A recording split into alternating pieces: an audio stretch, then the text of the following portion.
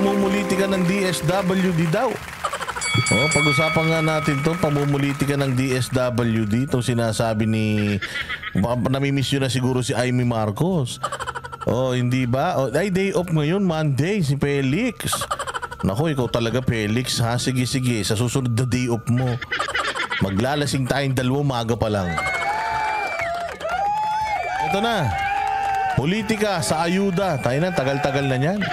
Talaga to si Amy, kung ano-ano iniimbestigahan, di mo imbestigahan yung kapatid mo. Sige, pasok.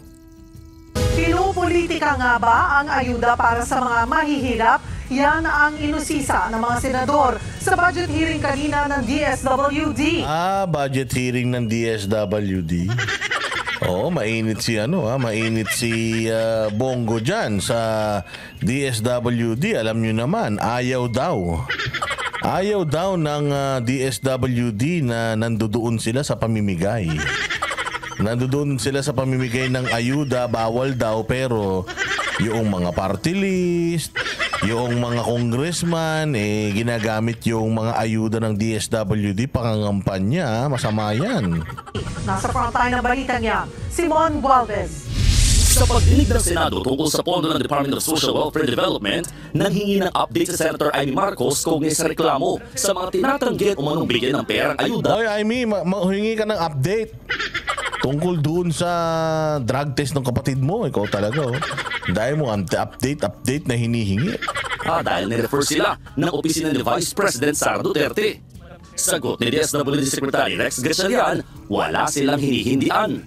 Katunayan, sa isang text message ng mga opisyal ng DSWD at OVP, ipinakita ni Gatchalian kung paanong pinasalamatan pa ng OVP ang kanilang ahensya. Bukod pa riyan, binigyan pa nga sila ng OVP ng plaque bilang partner sa pagtulong. Pero hindi kontento sila Senators Bongo at Amy Marcos, kaya dinikdik nila si Gatchalian para alamin kung pinupolitika ba ang ayuda. Wala bang instance o insidente na pina-hold yung payout sa inyo dahil kalaban po ito at hindi ito kakampi? Madam Chair, basta nangangailangan, tinutulungan ho ng Hindi nyo naman po masagot. Kasi po, Mr. Secretary, alam nyo yung totoo at tinatago nyo yung katotohanan. Huwag na tayong ganyan dapat ba to?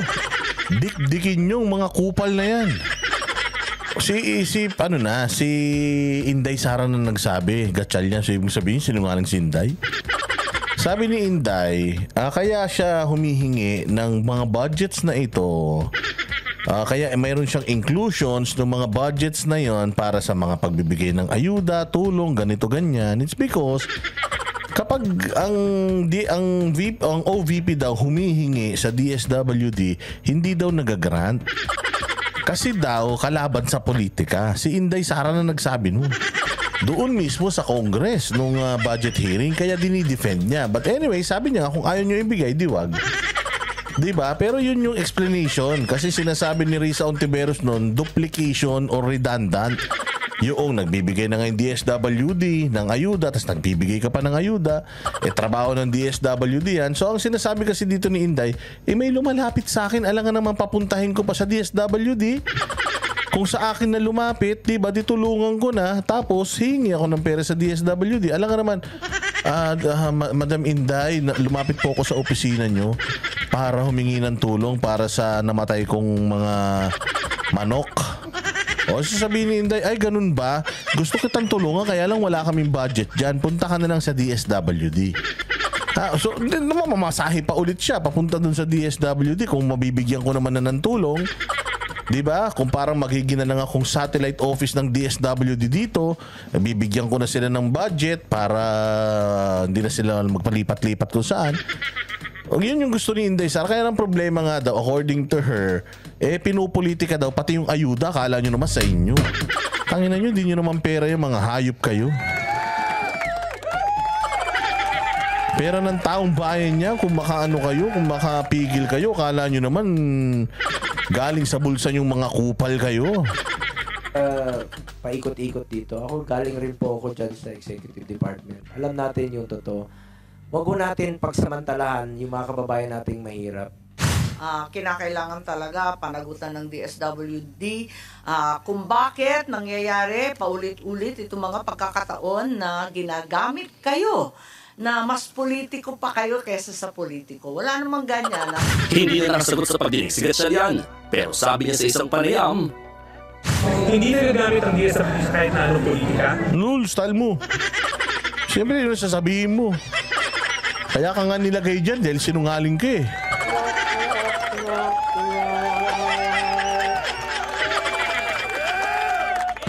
sumasailalim din daw sa verification ng listahan ng beneficiaries. Hindi porket nirefer sa kanila ng isang ahensya ay automatic na maibigyan na kaagad ng ayuda. Nagbabalita mula sa frontline, Diba, sabi nga ni Diego Latigo eh, nagkaroon ng bagyo sa Luzon. Tangina, sa Davao kayo namigay. Kasama nyo pa yung mga party list, Tingog party list. Kasama nyo pa si Migs Nograles. Kapal ng mukha nyo.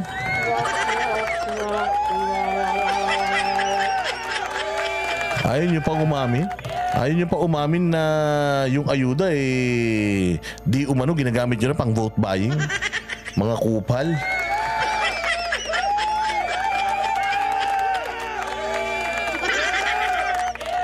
Ito pa yung feeding program ng DSWD o binanatan din ni Mangga Aimee.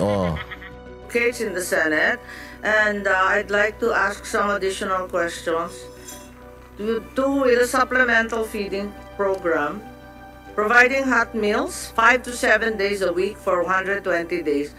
What's the distinction between the 5 times and those 7 times? 5 to 7 ang sabi. 5 days in a week kasi facilities-based siya. Sorry? We only do feeding 5 days a week because facility-based yan sa loob ng daycare. Kaya nagtataka ako kasi may banggit dito 5 to 7 days. Nasa submission ninyo, binabasa ko lang. Kainan yan. Dapat specific, 5 days, 5 days, 7 days, 7 days, di 5 to 7 days. Papakain kayo sa daycare hanggang 7 days, putang ina, may pasok ba Sabado-Linggo? Steelhead Chad. Salamat kayo. Happy Thanksgiving, Boss Dada. Ako to, si Pambansang Piso. Uy, Pambansang Piso, mabuhay ka dyan sa Toronto, Canada. Mabuhay ka, Pambansang Piso. Salamat sa iyong pag-share ng blessings. Dahil Thanksgiving nyo, happy thank you sa iyo. Uy, boto nyo ang tamang tao. Wag na kayong pabudol. Ang gulit naman to si Jing. O Jing, siguro Yossi break mo na naman. Oo, mas madalas ka pa daw mag-Yossi break kaysa magtrabaho. Ikaw talaga, ha?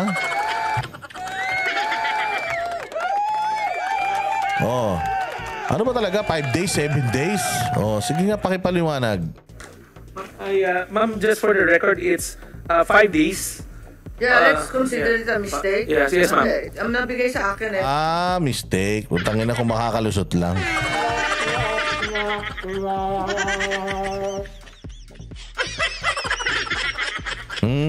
Malaki yun, ha?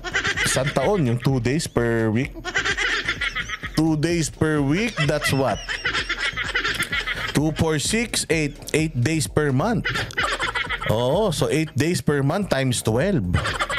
Diba? Mag-ilan na yun, no? Diba? So, 8 araw ng 80 days, putya yan, 84 days. Hindi, 96 days. Sa isang taon, ha?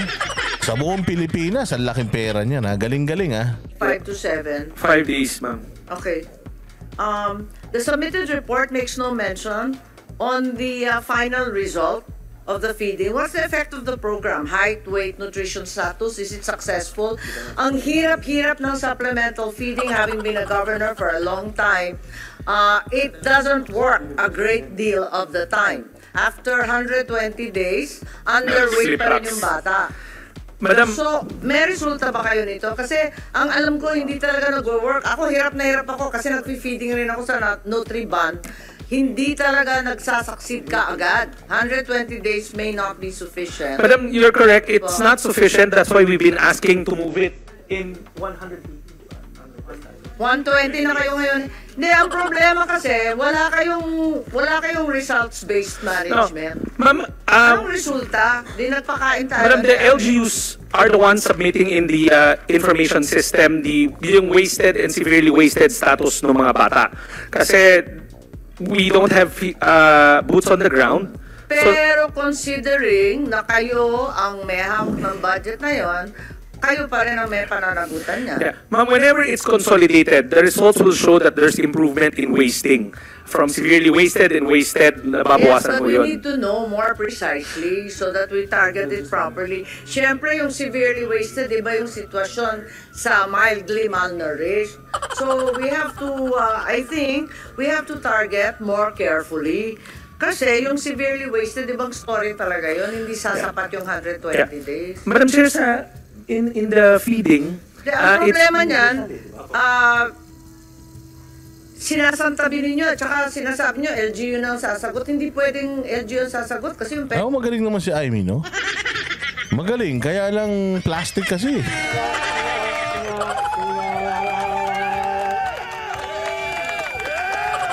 pera nasa inyo eh. Ma'am, Madam Chair, the feeding has multiple modalities. One of the main modalities, we download the funds to the LGU for them to procure from local co-ops kasi hindi namin kaya mag-regional procurement all the time dahil wastage, spoilage.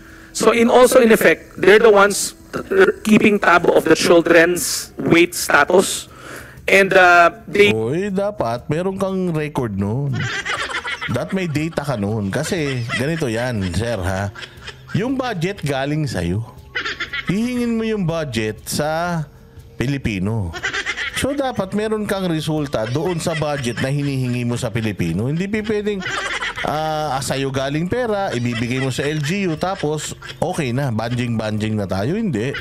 Dapat din yung LGU, inaano nyo, pinupukpok nyo na mag-provide sa inyo ng data kasi nga dapat ipipresenta nyo yan sa tao na itong budget natin para sa pagpapakain sa mga kabataan sa loob ng 5 araw sa mga daycares sa buong Pilipinas na 7 billion ay ito na po from itong mga kabataan na to na ganito yung kanilang timbang noon.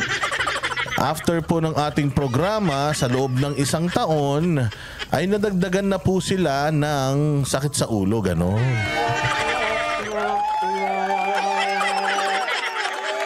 Hindi yung kasi ganito yan, hindi na kasi namin kaya, so binibigay namin sa mga LGU. Then yung LGU na bahala, yung data nasa kanila, putangin na, ba't ikaw nangihingi? Di dapat yung LGU na manghingi niya, nasa kanila pala yung data input it in the feeding information system. Pero can't we require, bago kayo can't it be required, bago kayo mag-release ng pera ulit sa LGU, dapat may closure report sila kung ano nangyari sa bata. Sir, there is a post-feeding assessment that they submit to us. But we have no results. Madam in Chair, the report you provided, walang naibigay. Did it work? Didn't it work? Were Madam we Chair, successful? yes. Were we palpable? Madam Chair, what we can do is furnish the committee a copy of the results. Basically, what we look for are anthropometric measurements. Yung head circumference niya, Yes, understood. height, Kaya weight, lang, BMI. pero wala siyang before and after. Kailangan maliwanag yung before and after eh. At Ma'am, saka dapat siguro, iba-ibang klase, yung severely wasted nga, kesa sa mas mild or just occurred during the bagyo. Madam Chair, there is a baseline data that is Yun na, collected but and then I an haven't endline seen data. anything. Madam Chair, what we will do is we'll submit to you. All you're providing us is what was released. Madam Chair will submit to the committee the results of the feeding program in the past 3 years. Pucha, kung si Inday yan. Kung si Inday ang ganyan, walang maipaliwanag, tapos ganyan ang sasabihin, sigurado headline yan.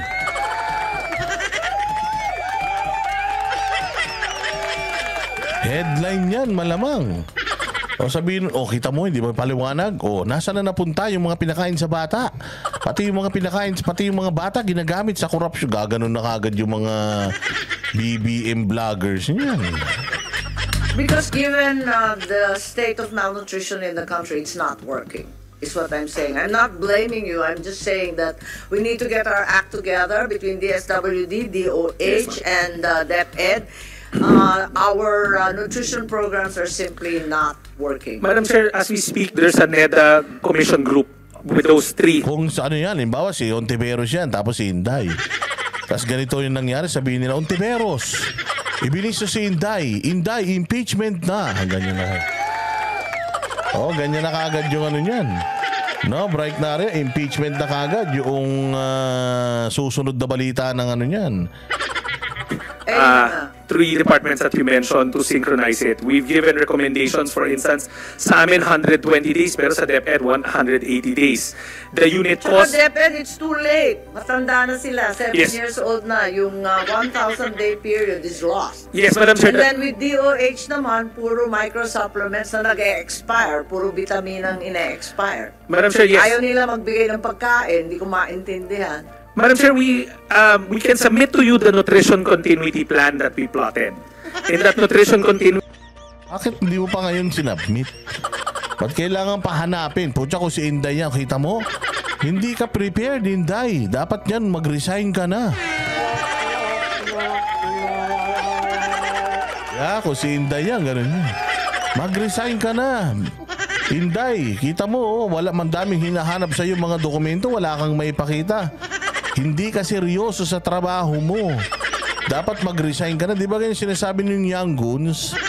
Oh, ganun yung sinasabi ng Young Guns eh. Continuity plan, it will show our action and interventions in the first 1,000 days to include the new first 1,000-day grant ng 4Ps, and then the facility-based intervention, 3 to 5 in the daycare centers, and then DepEd's feeding program. Yes, We can submit to you.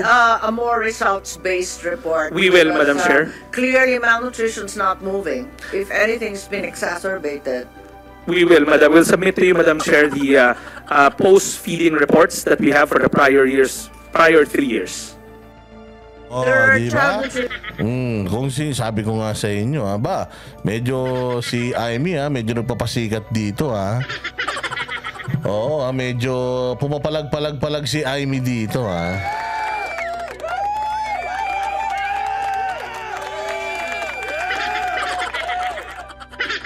Oh, ito naman. Pucha, dito naman tayo sa airport.